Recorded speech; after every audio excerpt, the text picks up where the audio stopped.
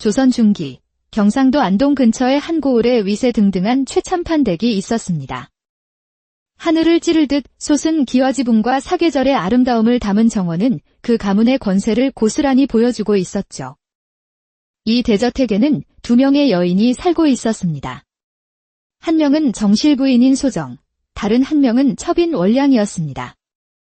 소정은 맑은 눈과 단아한 자태를 지닌 여인으로 그 마음씨 또한 비단결처럼 고왔습니다. 아랫사람들에게 늘 따뜻한 말을 건넸고 집안 살림 또한 한치의 오차 없이 완벽하게 꾸려나갔습니다. 하지만 그런 그녀에게는 시어머니의 냉대를 받는 단 하나의 이유가 있었으니 바로 친정이 가난하다는 것이었습니다. 반면 첩인 월량은 상인 집안 출신으로 시집 올 때 어마어마한 재산을 가지고 왔습니다. 그녀의 아름다움은 화려했지만 어딘가 모르게 차가운 기운이 서려 있었습니다. 시어머니는 재물이 많은 월량을 노골적으로 아꼈고 소정에게는 눈길조차 주지 않았습니다. 어느 날 소정은 시어머니의 생신을 맞아 밤새 정성껏 미역국을 끓여 올렸습니다. 뽀얀 국물과 고소한 참기름 향이 방 안에 가득 찼습니다. 하지만 시어머니는 숟가락도 들지 않은 채 차갑게 말했습니다. 재산 한 푼 없는 며느리가 끓인 국이 목구멍으로 넘어가겠느냐? 썩 물러가거라. 소정은 떨리는 손으로 국그릇을 들고 조용히 물러났습니다. 그 서러움에 눈물이 핑 돌았지만 꾹 참아내야 했습니다. 그날 밤 시어머니는 월량을 자신의 방으로 은밀히 불렀습니다. 촛불 그림자가 창호지에 어른거렸고 두 사람의 위험한 밀담이 시작되었습니다. 어머님, 들어가도 되겠사옵니까? 오, 월량이냐. 어서 들어오너라. 다른 사람은 모두 물렸다. 월량은 방으로 들어와 시어머니 앞에 조아리며 앉았습니다. 그녀의 눈빛은 교활하게 빛나고 있었습니다. 어머님, 언제까지 저 쓸모없는 여인을 안주인 자리에 두실 겁니까? 제게 아주 좋은 계략이 하나 있습니다. 계략이라니. 그게 무엇이냐? 말해보거라. 소정 형님이 다른 사내와 정을 통했다는 소문을 퍼뜨리는 겁니다. 증거만 만들어내면 모두가 믿게 될 것입니다. 시어머니의 눈썹이 꿈틀했습니다. 잠시 생각에 잠겼던 그녀는 이내 탐욕스러운 미소를 지으며 고개를 끄덕였습니다. 증거를 어찌 만든단 말이냐? 돈이면 안 되는 것이 어디 있겠습니까? 욕심 많은 하인 몇 명을 돈으로 매수하여 거짓 증언을 시키면 됩니다. 사람은 돈 앞에서는 양심도 버리는 법이지요. 좋다. 그리하자. 내일 당장 실행에 옮기거라. 촛불이 크게 한번 흔들리며 꺼질 듯 일렁였습니다. 마치 하늘이 그들의 악랄한 음모에 한숨을 쉬는 듯 했습니다. 다음 날부터 월량은 입이 가볍고 욕심 많은 하인들을 은밀히 불러들였습니다. 이 은자가 탐나지 않느냐? 내가 시키는 대로만 하면 이 모든 것이 너희의 것이다. 하인들은 은자를 보며 탐욕에 찬 눈으로 침을 삼켰습니다. 소정마님이 밤마다 담벼락 뒤에서 낯선 사내를 만났다고 증언하기만 하면 된다. 아주 간단하지. 만약 거역한다면 너희 식구들 모두가 무사하지 못할 것이다. 분부대로 하겠사옵니다. 결국 양심을 버린 하인들은 다음 날부터 장터와 오물가에서 거짓 소문을 퍼뜨리기 시작했습니다. 들었는가? 최참판 댁 정실 부인이 밤마다 외간 남자랑 만난다더군. 내가 똑똑히 봤다니까. 어머나, 세상에. 그럴 수가. 그렇게 단아해 보이시더니? 거짓 소문은 꼬리에 꼬리를 물고 삽시간에 마을 전체로 퍼져나갔습니다. 사람들은 소정을 향해 수군거렸고 그들의 눈빛은 차갑게 변했습니다. 아무것도 모르는 소정은 평소처럼 집안일을 돌봤지만 자신을 향한 하인들의 날카로운 시선에 점차 불안감을 느끼기 시작했습니다. 며칠 뒤 시어머니는 소정을 차가운 목소리로 불렀습니다. 내가 정말 그런 부정한 짓을 저질렀느냐? 마을 전체에 소문이 파다하다. 어머님, 무슨 말씀이시온지. 저는 결단코 그런 적이 없습니다. 억울합니다. 그때 원량이 슬픈 표정을 지으며 방으로 들어왔습니다. 어머님, 저도 사실 보았습니다. 형님께서 낯선 남자와 손을 잡고 계신 것을요. 아니, 자네가 어찌 그런 거짓을. 소정의 세상은 무너져 내렸습니다. 결국 남편인 최참판까지 그녀를 찾아왔습니다. 서방님, 제발 제 말을 믿어주십시오. 저는 결백합니다. 그러나 최참판의 손이 번쩍 올라가더니 소정의 뺨을 세차게 때렸습니다. 닥치시오. 이 많은 증인들이 모두 거짓말을 한단 말이오. 감히 이 집안의 체면을 더럽히다니. 소정의 뺨에 뜨거운 열기가 번졌고 귀가 윙윙 울렸습니다. 희망은 산산조각 났습니다. 당신은 이 집안의 수치요. 내일 당장 이 집에서 나가시오. 서방님, 제발. 최참판은 차갑게 돌아섰고 문은 쾅 하고 닫혔습니다. 소정은 그 자리에 주저앉아 하염없이 눈물만 흘렸습니다. 다음날 새벽, 소정은 얇은 저고리 하나만 걸친 채 눈보라가 몰아치는 대문 밖으로 무정하게 쫓겨났습니다. 어머님, 서방님, 제발 문을 열어주세요. 그녀의 울부짖음은 차가운 눈발 속에 묻혀버렸습니다. 원량은 대문 안에서 그 모습을 보며 승리의 미소를 지었습니다. 갈 곳이 없었던 소정은 정처 없이 눈 덮인 산길을 올랐습니다. 뼈를 내는 추위와 굶주림에 정신이 혼미해졌습니다. 하늘이시여, 제 억울함을 아시나이까? 이대로 죽는 것입니까? 해가 저물고 소정은 기력이 다해 큰 바위 틈에 몸을 숨겼습니다. 온몸의 감각이 사라지고 의식이 점점 흐려졌습니다.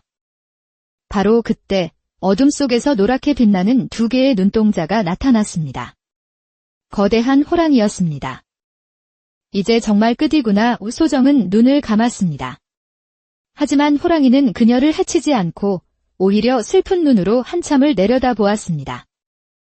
그리고는 몸을 돌려 몇 걸음 가다가 뒤돌아보고 또 몇 걸음 가다가 뒤돌아보기를 반복했습니다. 마치 자신을 따라오라는 듯이.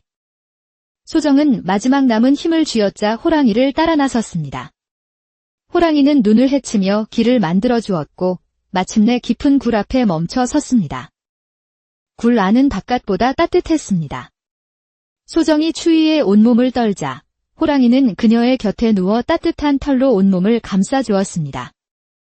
호랑이의 따뜻한 체온에 소정에 얼어붙었던 몸이 서서히 녹아내렸습니다. 그녀는 호랑이의 품에 안겨 깊은 잠에 빠져들었습니다.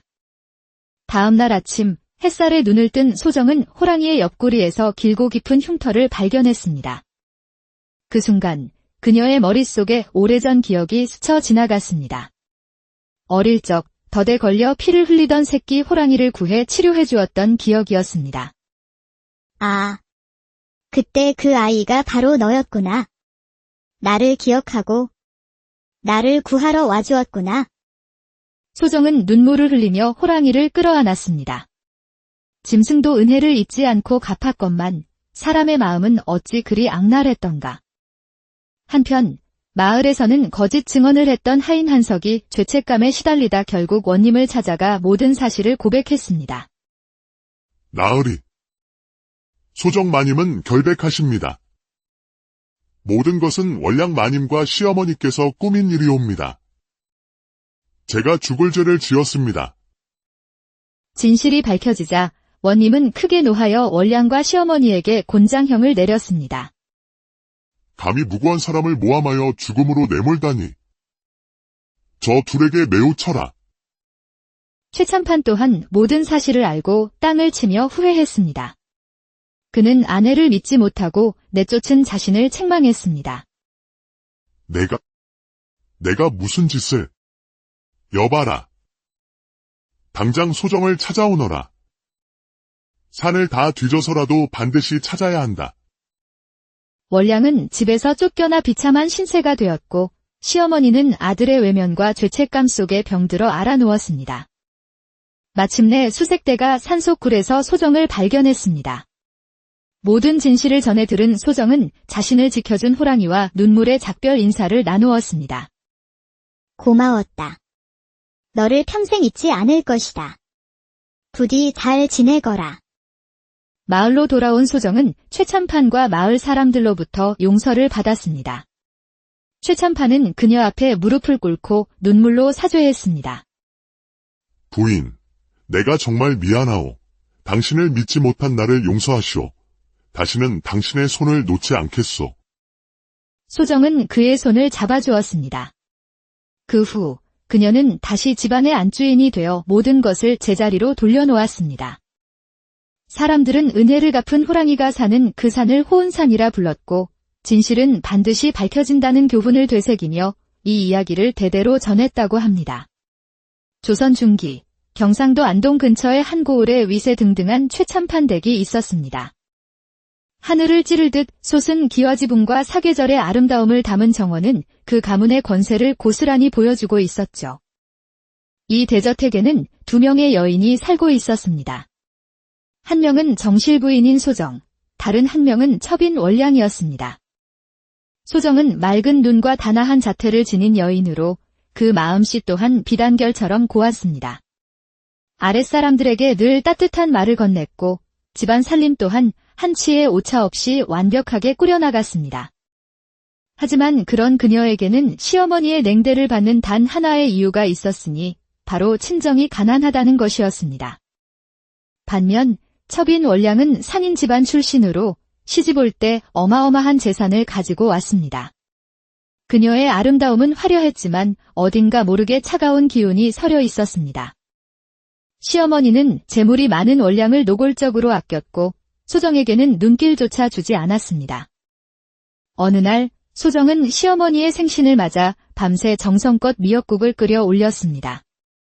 뽀얀 국물과 고소한 참기름 향이 방 안에 가득 찼습니다. 하지만 시어머니는 숟가락도 들지 않은 채 차갑게 말했습니다. 재산 한 푼 없는 며느리가 끓인 국이 목구멍으로 넘어가겠느냐? 썩 물러가거라. 소정은 떨리는 손으로 국그릇을 들고 조용히 물러났습니다. 그 서러움에 눈물이 핑 돌았지만 꾹 참아내야 했습니다. 그날 밤 시어머니는 월량을 자신의 방으로 은밀히 불렀습니다. 촛불 그림자가 창호지에 어른거렸고 두 사람의 위험한 밀담이 시작되었습니다. 어머님, 들어가도 되겠사옵니까? 오, 월량이냐. 어서 들어오너라. 다른 사람은 모두 물렸다. 월량은 방으로 들어와 시어머니 앞에 조아리며 앉았습니다. 그녀의 눈빛은 교활하게 빛나고 있었습니다. 어머님, 언제까지 저 쓸모없는 여인을 안주인 자리에 두실 겁니까? 제게 아주 좋은 계략이 하나 있습니다. 계략이라니. 그게 무엇이냐? 말해보거라. 소정 형님이 다른 사내와 정을 통했다는 소문을 퍼뜨리는 겁니다. 증거만 만들어내면 모두가 믿게 될 것입니다. 시어머니의 눈썹이 꿈틀했습니다. 잠시 생각에 잠겼던 그녀는 이내 탐욕스러운 미소를 지으며 고개를 끄덕였습니다. 증거를 어찌 만든단 말이냐? 돈이면 안 되는 것이 어디 있겠습니까? 욕심 많은 하인 몇 명을 돈으로 매수하여 거짓 증언을 시키면 됩니다. 사람은 돈 앞에서는 양심도 버리는 법이지요. 좋다. 그리하자. 내일 당장 실행에 옮기거라. 촛불이 크게 한번 흔들리며 꺼질 듯 일렁였습니다. 마치 하늘이 그들의 악랄한 음모에 한숨을 쉬는 듯 했습니다. 다음 날부터 월량은 입이 가볍고 욕심 많은 하인들을 은밀히 불러들였습니다. 이 은자가 탐나지 않느냐? 내가 시키는 대로만 하면 이 모든 것이 너희의 것이다. 하인들은 은자를 보며 탐욕에 찬 눈으로 침을 삼켰습니다. 소정마님이 밤마다 담벼락 뒤에서 낯선 사내를 만났다고 증언하기만 하면 된다. 아주 간단하지. 만약 거역한다면 너희 식구들 모두가 무사하지 못할 것이다. 분보대로 하겠사옵니다. 결국 양심을 버린 하인들은 다음 날부터 장터와 오물가에서 거짓 소문을 퍼뜨리기 시작했습니다. 들었는가? 최참판 댁 정실 부인이 밤마다 외간 남자랑 만난다더군. 내가 똑똑히 봤다니까. 어머나, 세상에. 그럴 수가. 그렇게 단아해 보이시더니 거짓 소문은 꼬리에 꼬리를 물고 삽시간에 마을 전체로 퍼져나갔습니다. 사람들은 소정을 향해 수군거렸고 그들의 눈빛은 차갑게 변했습니다. 아무것도 모르는 소정은 평소처럼 집안일을 돌봤지만 자신을 향한 하인들의 날카로운 시선에 점차 불안감을 느끼기 시작했습니다.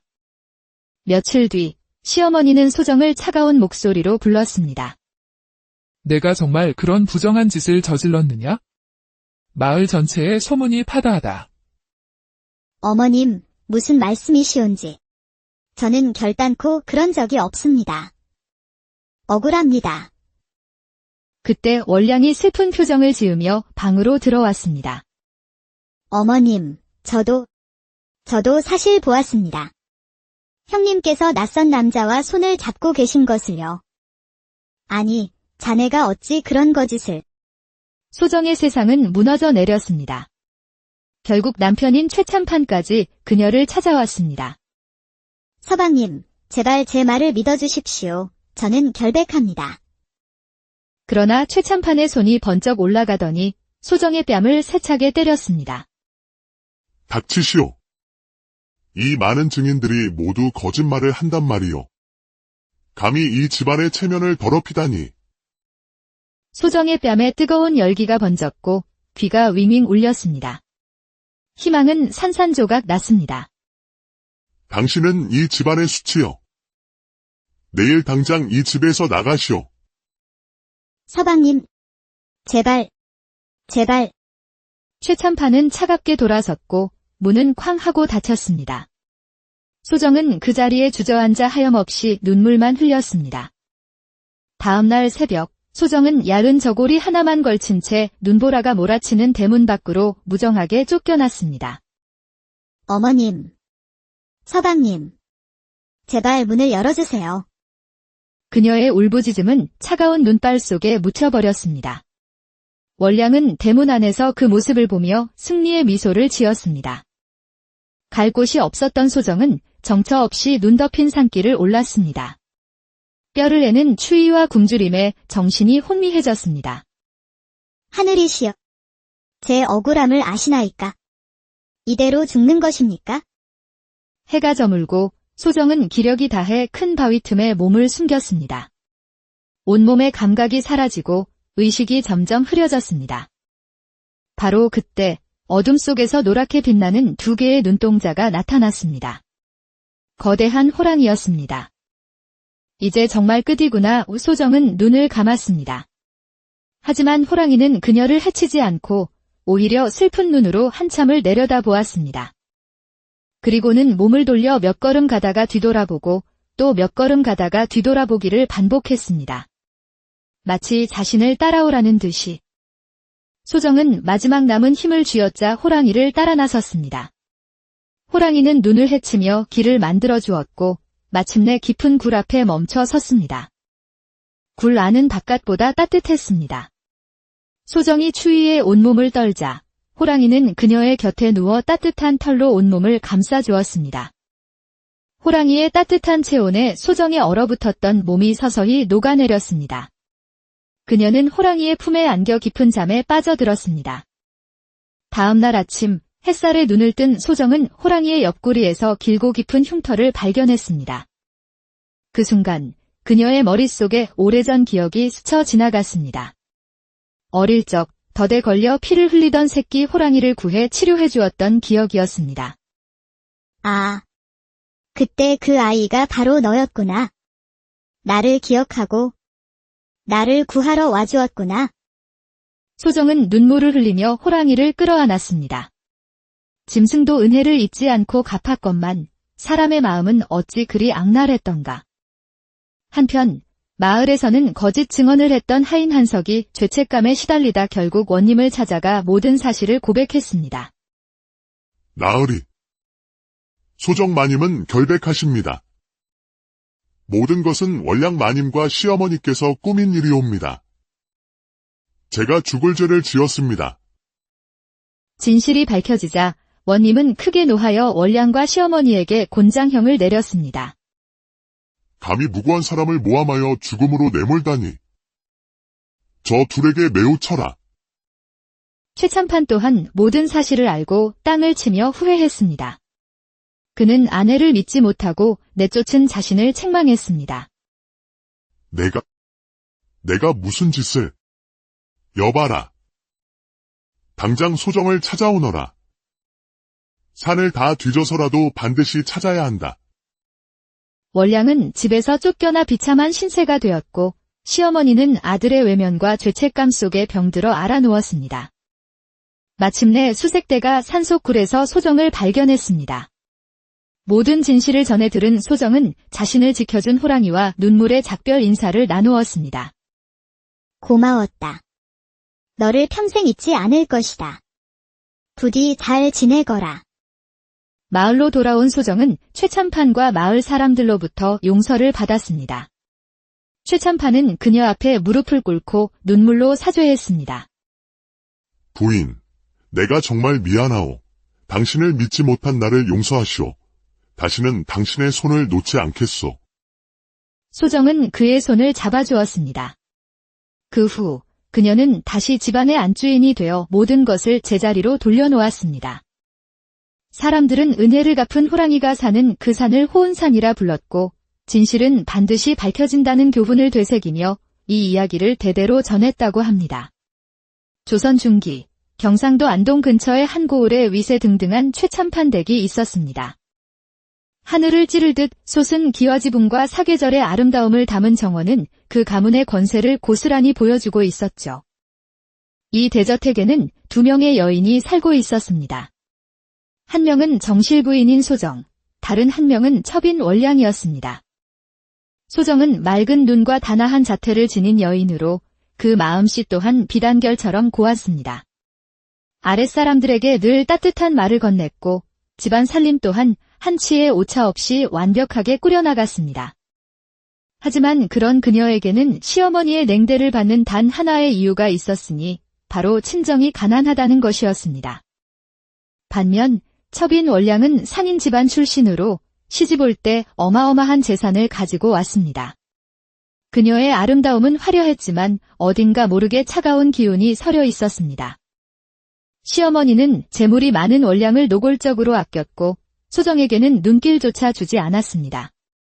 어느 날 소정은 시어머니의 생신을 맞아 밤새 정성껏 미역국을 끓여 올렸습니다. 뽀얀 국물과 고소한 참기름 향이 방 안에 가득 찼습니다. 하지만 시어머니는 숟가락도 들지 않은 채 차갑게 말했습니다. 재산 한 푼 없는 며느리가 끓인 국이 목구멍으로 넘어가겠느냐? 썩 물러가거라.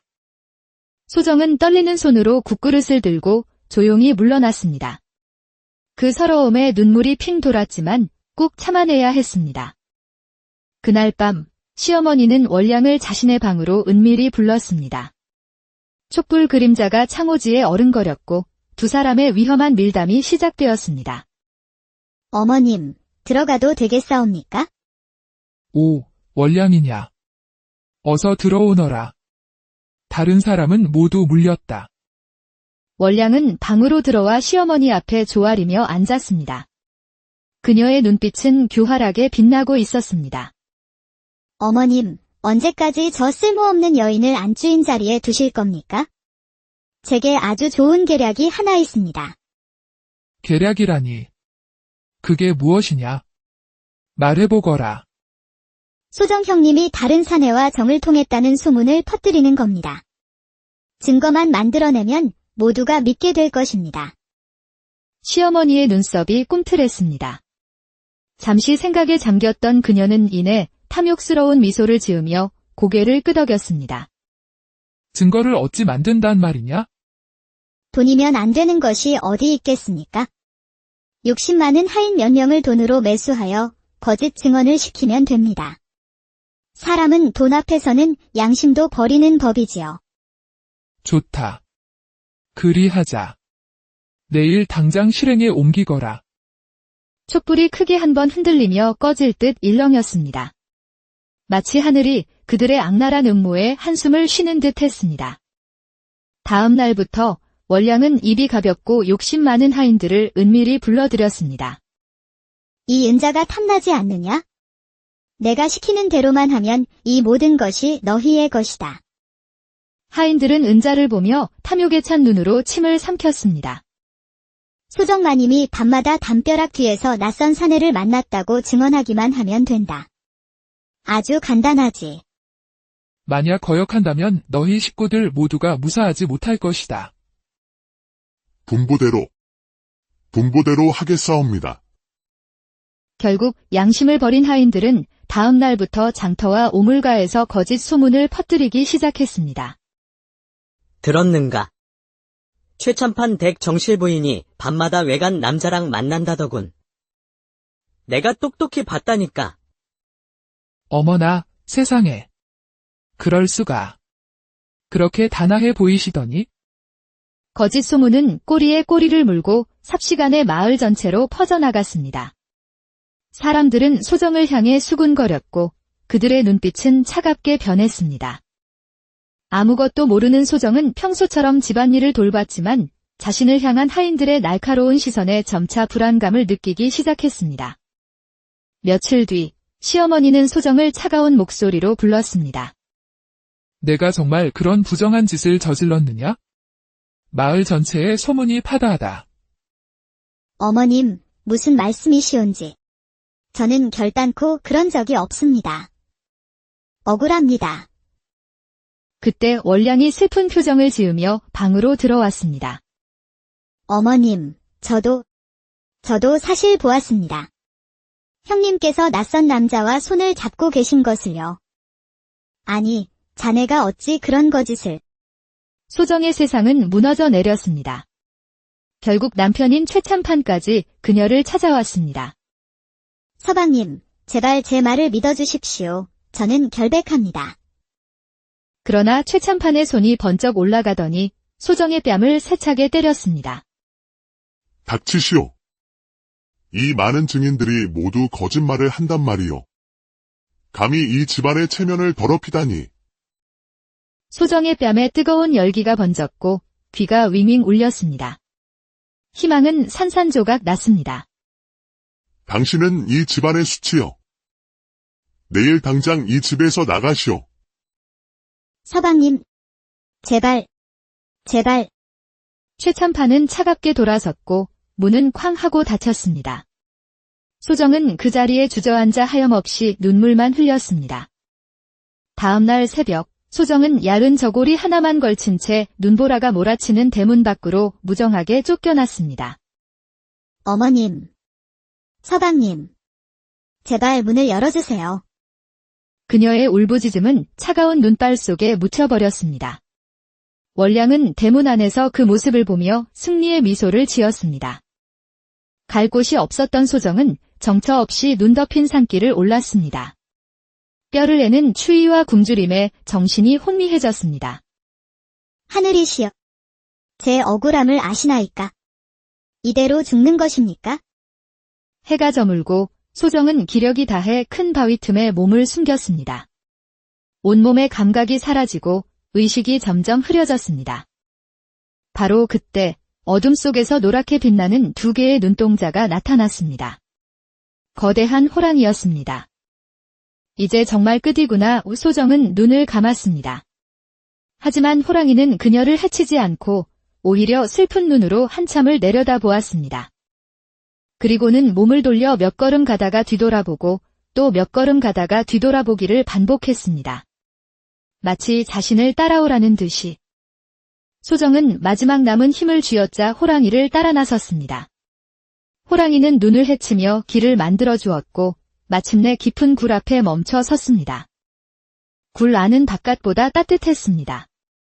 소정이 추위에 온몸을 떨자 호랑이는 그녀의 곁에 누워 따뜻한 털로 온몸을 감싸주었습니다. 호랑이의 따뜻한 체온에 소정에 얼어붙었던 몸이 서서히 녹아내렸습니다.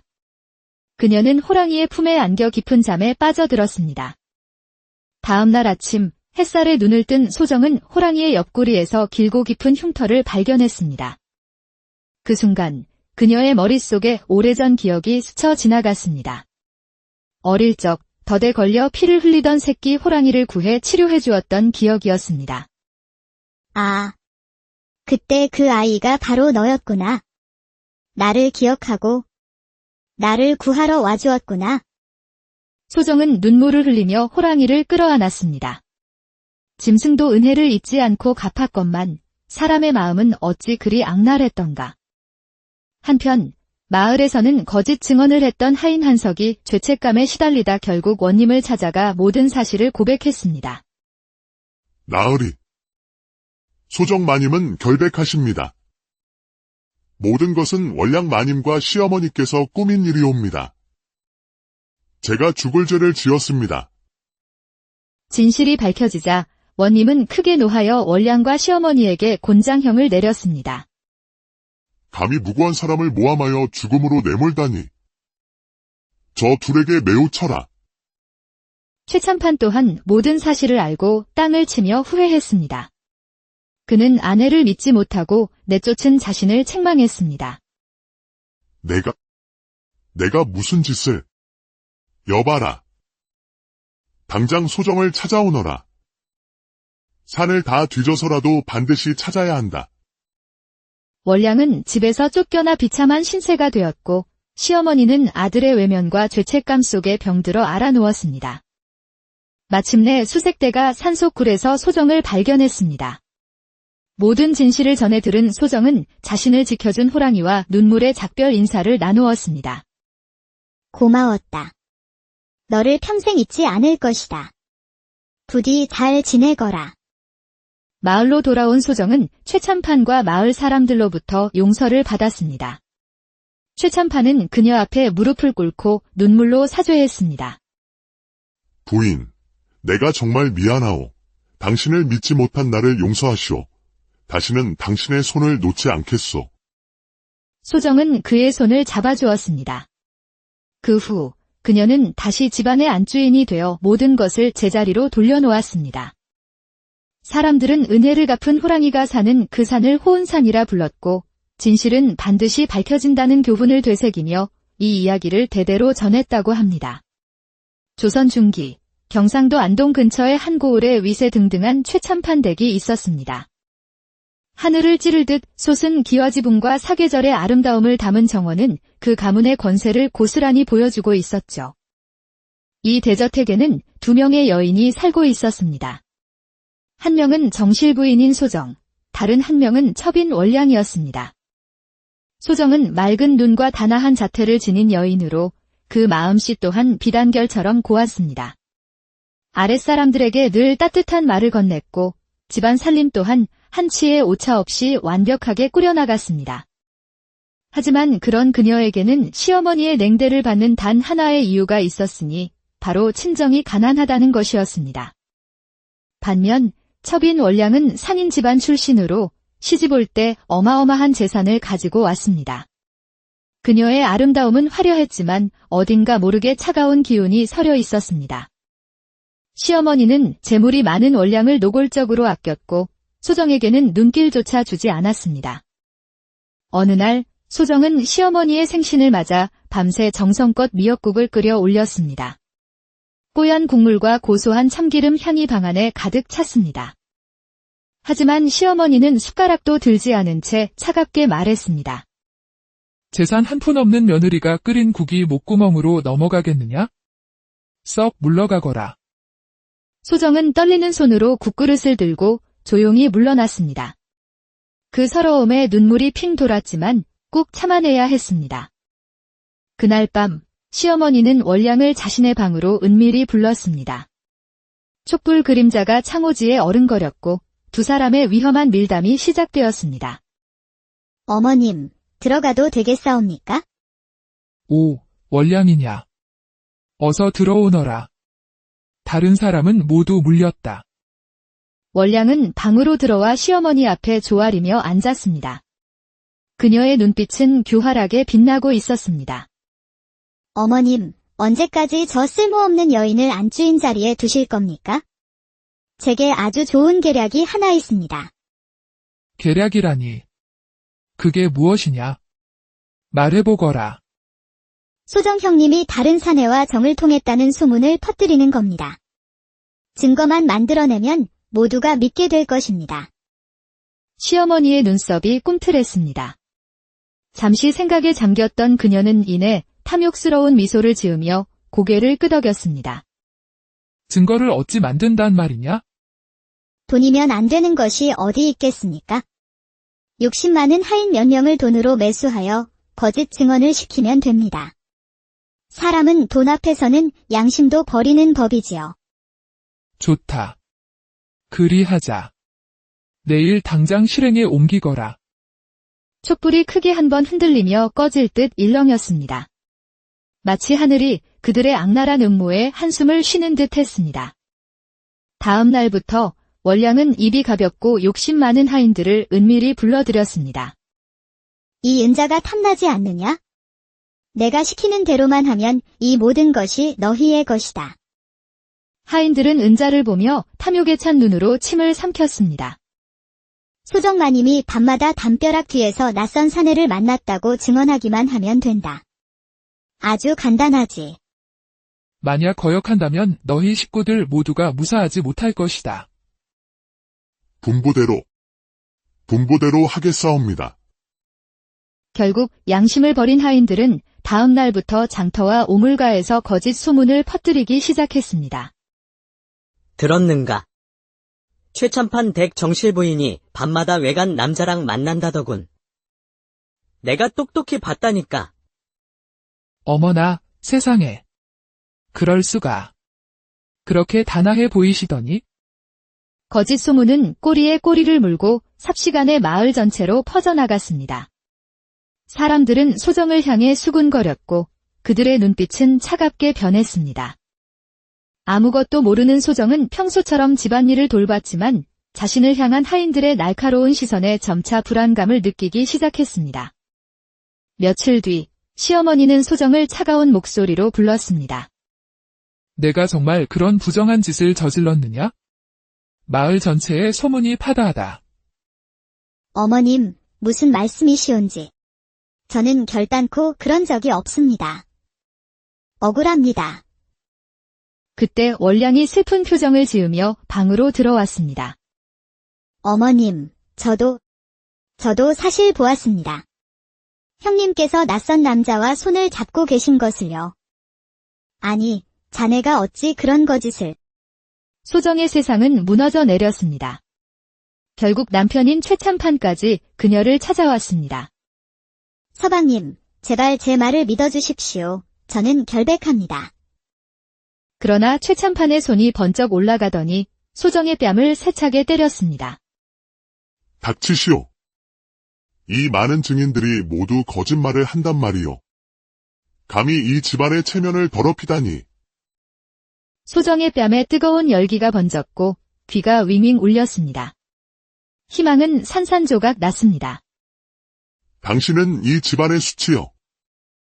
내일 당장 이 집에서 나가시오. 서방님, 제발. 최참판은 차갑게 돌아섰고 문은 쾅 하고 닫혔습니다. 소정은 그 자리에 주저앉아 하염없이 눈물만 흘렸습니다. 다음 날 새벽, 소정은 얇은 저고리 하나만 걸친 채 눈보라가 몰아치는 대문 밖으로 무정하게 쫓겨났습니다. 어머님, 서방님, 제발 문을 열어주세요. 그녀의 울부짖음은 차가운 눈발 속에 묻혀버렸습니다. 월량은 대문 안에서 그 모습을 보며 승리의 미소를 지었습니다. 갈 곳이 없었던 소정은 정처 없이 눈 덮인 산길을 올랐습니다. 뼈를 내는 추위와 굶주림에 정신이 혼미해졌습니다. 하늘이시여, 제 억울함을 아시나이까? 이대로 죽는 것입니까? 해가 저물고 소정은 기력이 다해 큰 바위 틈에 몸을 숨겼습니다. 온몸의 감각이 사라지고 의식이 점점 흐려졌습니다. 바로 그때 어둠 속에서 노랗게 빛나는 두 개의 눈동자가 나타났습니다. 거대한 호랑이였습니다. 이제 정말 끝이구나. 소정은 눈을 감았습니다. 하지만 호랑이는 그녀를 해치지 않고 오히려 슬픈 눈으로 한참을 내려다보았습니다. 그리고는 몸을 돌려 몇 걸음 가다가 뒤돌아보고 또 몇 걸음 가다가 뒤돌아보기를 반복했습니다. 마치 자신을 따라오라는 듯이. 소정은 마지막 남은 힘을 쥐어짜 호랑이를 따라 나섰습니다. 호랑이는 눈을 헤치며 길을 만들어 주었고 마침내 깊은 굴 앞에 멈춰 섰습니다. 굴 안은 바깥보다 따뜻했습니다. 소정이 추위에 온몸을 떨자 호랑이는 그녀의 곁에 누워 따뜻한 털로 온몸을 감싸 주었습니다. 호랑이의 따뜻한 체온에 소정이 얼어붙었던 몸이 서서히 녹아내렸습니다. 그녀는 호랑이의 품에 안겨 깊은 잠에 빠져들었습니다. 다음 날 아침 햇살에 눈을 뜬 소정은 호랑이의 옆구리에서 길고 깊은 흉터를 발견했습니다. 그 순간 그녀의 머릿속에 오래전 기억이 스쳐 지나갔습니다. 어릴 적 덫에 걸려 피를 흘리던 새끼 호랑이를 구해 치료해 주었던 기억이었습니다. 아, 그때 그 아이가 바로 너였구나. 나를 기억하고 나를 구하러 와주었구나. 소정은 눈물을 흘리며 호랑이를 끌어안았습니다. 짐승도 은혜를 잊지 않고 갚았건만 사람의 마음은 어찌 그리 악랄했던가. 한편 마을에서는 거짓 증언을 했던 하인 한석이 죄책감에 시달리다 결국 원님을 찾아가 모든 사실을 고백했습니다. 나으리. 소정 마님은 결백하십니다. 모든 것은 원량 마님과 시어머니께서 꾸민 일이옵니다. 제가 죽을 죄를 지었습니다. 진실이 밝혀지자 원님은 크게 노하여 원량과 시어머니에게 곤장형을 내렸습니다. 감히 무고한 사람을 모함하여 죽음으로 내몰다니. 저 둘에게 매우 쳐라. 최참판 또한 모든 사실을 알고 땅을 치며 후회했습니다. 그는 아내를 믿지 못하고 내쫓은 자신을 책망했습니다. 내가 무슨 짓을. 여봐라. 당장 소정을 찾아오너라. 산을 다 뒤져서라도 반드시 찾아야 한다. 원량은 집에서 쫓겨나 비참한 신세가 되었고 시어머니는 아들의 외면과 죄책감 속에 병들어 앓아누웠습니다. 마침내 수색대가 산속굴에서 소정을 발견했습니다. 모든 진실을 전해 들은 소정은 자신을 지켜준 호랑이와 눈물의 작별 인사를 나누었습니다. 고마웠다. 너를 평생 잊지 않을 것이다. 부디 잘 지내거라. 마을로 돌아온 소정은 최참판과 마을 사람들로부터 용서를 받았습니다. 최참판은 그녀 앞에 무릎을 꿇고 눈물로 사죄했습니다. 부인, 내가 정말 미안하오. 당신을 믿지 못한 나를 용서하시오. 다시는 당신의 손을 놓지 않겠소. 소정은 그의 손을 잡아주었습니다. 그 후 그녀는 다시 집안의 안주인이 되어 모든 것을 제자리로 돌려놓았습니다. 사람들은 은혜를 갚은 호랑이가 사는 그 산을 호은산이라 불렀고 진실은 반드시 밝혀진다는 교훈을 되새기며 이 이야기를 대대로 전했다고 합니다. 조선 중기 경상도 안동 근처의 한 고을에 위세등등한 최참판 댁이 있었습니다. 하늘을 찌를 듯 솟은 기와지붕과 사계절의 아름다움을 담은 정원은 그 가문의 권세를 고스란히 보여주고 있었죠. 이 대저택에는 2명의 여인이 살고 있었습니다. 한 명은 정실 부인인 소정, 다른 한 명은 첩인 원량이었습니다. 소정은 맑은 눈과 단아한 자태를 지닌 여인으로 그 마음씨 또한 비단결처럼 고왔습니다. 아랫사람들에게 늘 따뜻한 말을 건넸고 집안 살림 또한 한치의 오차 없이 완벽하게 꾸려나갔습니다. 하지만 그런 그녀에게는 시어머니의 냉대를 받는 단 하나의 이유가 있었으니 바로 친정이 가난하다는 것이었습니다. 반면 첩인 원량은 상인 집안 출신으로 시집 올 때 어마어마한 재산을 가지고 왔습니다. 그녀의 아름다움은 화려했지만 어딘가 모르게 차가운 기운이 서려 있었습니다. 시어머니는 재물이 많은 원량을 노골적으로 아꼈고 소정에게는 눈길조차 주지 않았습니다. 어느 날 소정은 시어머니의 생신을 맞아 밤새 정성껏 미역국을 끓여 올렸습니다. 뽀얀 국물과 고소한 참기름 향이 방 안에 가득 찼습니다. 하지만 시어머니는 숟가락도 들지 않은 채 차갑게 말했습니다. 재산 한 푼 없는 며느리가 끓인 국이 목구멍으로 넘어가겠느냐? 썩 물러가거라. 소정은 떨리는 손으로 국그릇을 들고 조용히 물러났습니다. 그 서러움에 눈물이 핑 돌았지만 꾹 참아내야 했습니다. 그날 밤 시어머니는 원량을 자신의 방으로 은밀히 불렀습니다. 촛불 그림자가 창호지에 어른거렸고 두 사람의 위험한 밀담이 시작되었습니다. 어머님, 들어가도 되겠사옵니까? 오, 월량이냐. 어서 들어오너라. 다른 사람은 모두 물렸다. 월량은 방으로 들어와 시어머니 앞에 조아리며 앉았습니다. 그녀의 눈빛은 교활하게 빛나고 있었습니다. 어머님, 언제까지 저 쓸모없는 여인을 안주인 자리에 두실 겁니까? 제게 아주 좋은 계략이 하나 있습니다. 계략이라니. 그게 무엇이냐? 말해보거라. 소정 형님이 다른 사내와 정을 통했다는 소문을 퍼뜨리는 겁니다. 증거만 만들어내면 모두가 믿게 될 것입니다. 시어머니의 눈썹이 꿈틀했습니다. 잠시 생각에 잠겼던 그녀는 이내 탐욕스러운 미소를 지으며 고개를 끄덕였습니다. 증거를 어찌 만든단 말이냐? 돈이면 안 되는 것이 어디 있겠습니까? 욕심 많은 하인 몇 명을 돈으로 매수하여 거짓 증언을 시키면 됩니다. 사람은 돈 앞에서는 양심도 버리는 법이지요. 좋다. 그리하자. 내일 당장 실행에 옮기거라. 촛불이 크게 한번 흔들리며 꺼질 듯 일렁였습니다.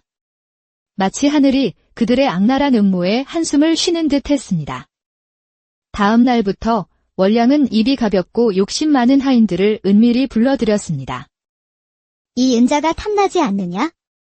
내가 시키는 대로만 하면 이 모든 것이 너희의 것이다. 하인들은 은자를 보며 탐욕에 찬 눈으로 침을 삼켰습니다. 소정마님이 밤마다 담벼락 뒤에서 낯선 사내를 만났다고 증언하기만 하면 된다. 아주 간단하지. 만약 거역한다면 너희 식구들 모두가 무사하지 못할 것이다. 분부대로 하겠사옵니다. 결국 양심을 버린 하인들은 다음 날부터 장터와 오물가에서 거짓 소문을 퍼뜨리기 시작했습니다. 들었는가? 최참판 댁 정실 부인이 밤마다 외간 남자랑 만난다더군. 내가 똑똑히 봤다니까.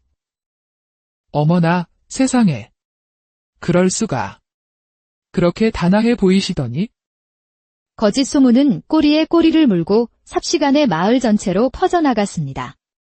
사람들은 소정을 향해 수군거렸고 그들의 눈빛은 차갑게 변했습니다. 아무것도 모르는 소정은 평소처럼 집안일을 돌봤지만 자신을 향한 하인들의 날카로운 시선에 점차 불안감을 느끼기 시작했습니다. 며칠 뒤 시어머니는 소정을 차가운 목소리로 불렀습니다. 내가 정말 그런 부정한 짓을 저질렀느냐? 마을 전체에 소문이 파다하다. 어머님, 무슨 말씀이시온지. 저는 결단코 그런 적이 없습니다. 억울합니다. 그때 월량이 슬픈 표정을 지으며 방으로 들어왔습니다. 어머님, 저도 사실 보았습니다. 형님께서 낯선 남자와 손을 잡고 계신 것을요. 아니, 자네가 어찌 그런 거짓을. 소정의 세상은 무너져 내렸습니다. 결국 남편인 최참판까지 그녀를 찾아왔습니다. 서방님, 제발 제 말을 믿어주십시오. 저는 결백합니다. 그러나 최참판의 손이 번쩍 올라가더니 소정의 뺨을 세차게 때렸습니다. 닥치시오. 이 많은 증인들이 모두 거짓말을 한단 말이오. 감히 이 집안의 체면을 더럽히다니. 소정의 뺨에 뜨거운 열기가 번졌고 귀가 윙윙 울렸습니다. 희망은 산산조각 났습니다. 당신은 이 집안의 수치요. 내일 당장 이 집에서 나가시오. 서방님, 제발. 최참판은 차갑게 돌아섰고 문은 쾅 하고 닫혔습니다. 소정은 그 자리에 주저앉아 하염없이 눈물만 흘렸습니다. 다음 날 새벽, 소정은 얇은 저고리 하나만 걸친 채 눈보라가 몰아치는 대문 밖으로 무정하게 쫓겨났습니다. 어머님, 서방님, 제발 문을 열어주세요. 그녀의 울부짖음은 차가운 눈발 속에 묻혀버렸습니다. 월량은 대문 안에서 그 모습을 보며 승리의 미소를 지었습니다. 갈 곳이 없었던 소정은 정처 없이 눈 덮인 산길을 올랐습니다. 뼈를 내는 추위와 굶주림에 정신이 혼미해졌습니다. 하늘이시여, 제 억울함을 아시나이까? 이대로 죽는 것입니까? 해가 저물고 소정은 기력이 다해 큰 바위 틈에 몸을 숨겼습니다. 온몸의 감각이 사라지고 의식이 점점 흐려졌습니다. 바로 그때 어둠 속에서 노랗게 빛나는 두 개의 눈동자가 나타났습니다. 거대한 호랑이였습니다. 이제 정말 끝이구나. 소정은 눈을 감았습니다. 하지만 호랑이는 그녀를 해치지 않고 오히려 슬픈 눈으로 한참을 내려다보았습니다.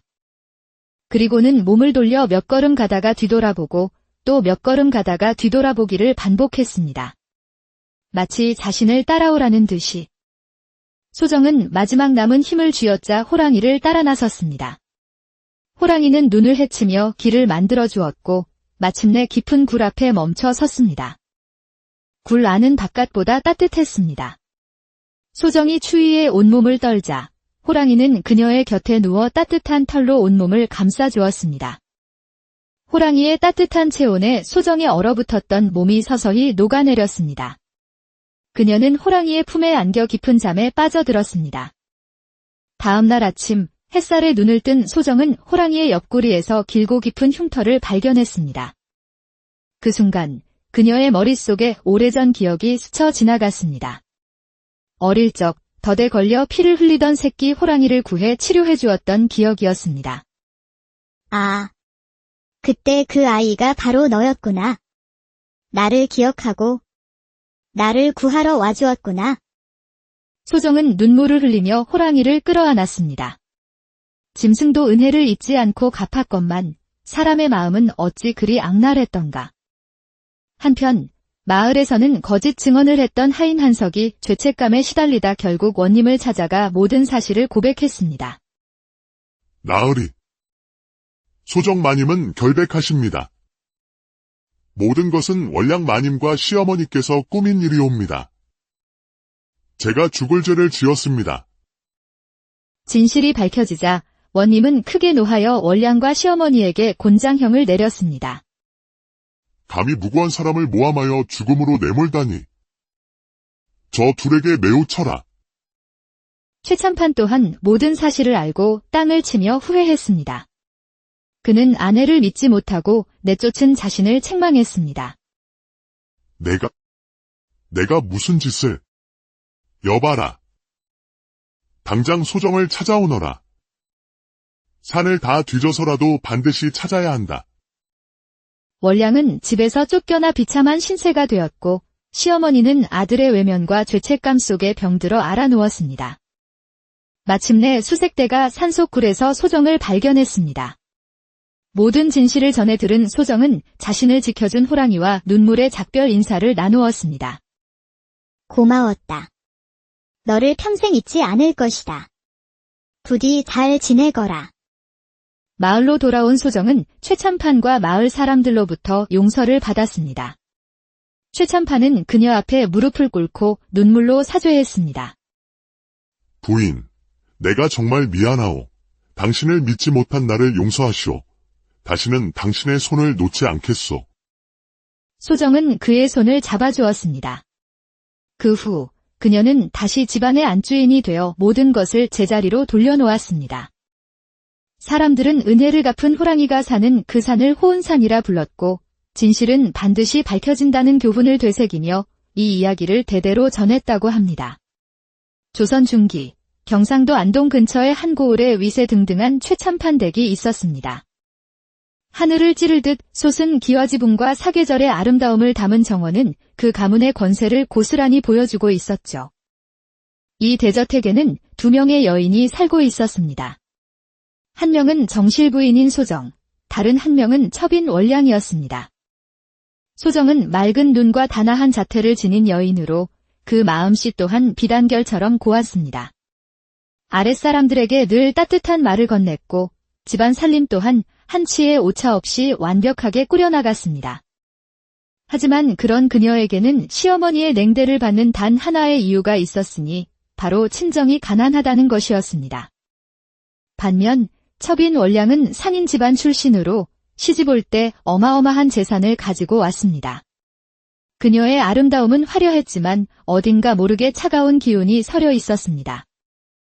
시어머니는 재물이 많은 원량을 노골적으로 아꼈고 소정에게는 눈길조차 주지 않았습니다. 어느 날 소정은 시어머니의 생신을 맞아 밤새 정성껏 미역국을 끓여 올렸습니다. 뽀얀 국물과 고소한 참기름 향이 방 안에 가득 찼습니다. 하지만 시어머니는 숟가락도 들지 않은 채 차갑게 말했습니다. 재산 한 푼 없는 며느리가 끓인 국이 목구멍으로 넘어가겠느냐? 썩 물러가거라. 소정은 떨리는 손으로 국그릇을 들고 조용히 물러났습니다. 그 서러움에 눈물이 핑 돌았지만 꾹 참아내야 했습니다. 그날 밤 시어머니는 원량을 자신의 방으로 은밀히 불렀습니다. 촛불 그림자가 창호지에 어른거렸고 두 사람의 위험한 밀담이 시작되었습니다. 어머님, 들어가도 되겠사옵니까? 오, 원량이냐. 어서 들어오너라. 다른 사람은 모두 물렸다. 원량은 방으로 들어와 시어머니 앞에 조아리며 앉았습니다. 그녀의 눈빛은 교활하게 빛나고 있었습니다. 어머님, 언제까지 저 쓸모없는 여인을 안주인 자리에 두실 겁니까? 제게 아주 좋은 계략이 하나 있습니다. 계략이라니. 그게 무엇이냐? 말해보거라. 소정 형님이 다른 사내와 정을 통했다는 소문을 퍼뜨리는 겁니다. 증거만 만들어내면 모두가 믿게 될 것입니다. 시어머니의 눈썹이 꿈틀했습니다. 잠시 생각에 잠겼던 그녀는 이내 탐욕스러운 미소를 지으며 고개를 끄덕였습니다. 증거를 어찌 만든단 말이냐? 돈이면 안 되는 것이 어디 있겠습니까? 욕심 많은 하인 몇 명을 돈으로 매수하여 거짓 증언을 시키면 됩니다. 사람은 돈 앞에서는 양심도 버리는 법이지요. 좋다. 그리하자. 내일 당장 실행에 옮기거라. 촛불이 크게 한번 흔들리며 꺼질 듯 일렁였습니다. 마치 하늘이 그들의 악랄한 음모에 한숨을 쉬는 듯 했습니다. 다음 날부터 원량은 입이 가볍고 욕심 많은 하인들을 은밀히 불러들였습니다. 이 은자가 탐나지 않느냐? 내가 시키는 대로만 하면 이 모든 것이 너희의 것이다. 하인들은 은자를 보며 탐욕에 찬 눈으로 침을 삼켰습니다. 소정마님이 밤마다 담벼락 뒤에서 낯선 사내를 만났다고 증언하기만 하면 된다. 아주 간단하지. 만약 거역한다면 너희 식구들 모두가 무사하지 못할 것이다. 분부대로 하겠사옵니다. 결국 양심을 버린 하인들은 다음 날부터 장터와 오물가에서 거짓 소문을 퍼뜨리기 시작했습니다. 들었는가? 최참판 댁 정실 부인이 밤마다 외간 남자랑 만난다더군. 내가 똑똑히 봤다니까. 어머나, 세상에. 그럴 수가. 그렇게 단아해 보이시더니? 거짓 소문은 꼬리에 꼬리를 물고 삽시간에 마을 전체로 퍼져나갔습니다. 사람들은 소정을 향해 수군거렸고 그들의 눈빛은 차갑게 변했습니다.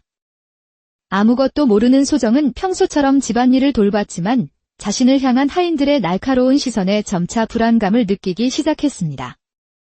며칠 뒤 시어머니는 소정을 차가운 목소리로 불렀습니다. 내가 정말 그런 부정한 짓을 저질렀느냐? 마을 전체에 소문이 파다하다. 어머님, 무슨 말씀이시온지. 저는 결단코 그런 적이 없습니다. 억울합니다. 그때 원량이 슬픈 표정을 지으며 방으로 들어왔습니다. 어머님, 저도 사실 보았습니다. 형님께서 낯선 남자와 손을 잡고 계신 것을요. 아니, 자네가 어찌 그런 거짓을. 소정의 세상은 무너져 내렸습니다. 결국 남편인 최참판까지 그녀를 찾아왔습니다. 서방님, 제발 제 말을 믿어주십시오. 저는 결백합니다. 그러나 최참판의 손이 번쩍 올라가더니 소정의 뺨을 세차게 때렸습니다. 닥치시오. 이 많은 증인들이 모두 거짓말을 한단 말이오. 감히 이 집안의 체면을 더럽히다니. 소정의 뺨에 뜨거운 열기가 번졌고 귀가 윙윙 울렸습니다. 희망은 산산조각 났습니다. 당신은 이 집안의 수치요. 내일 당장 이 집에서 나가시오. 서방님, 제발. 최참판은 차갑게 돌아섰고 문은 쾅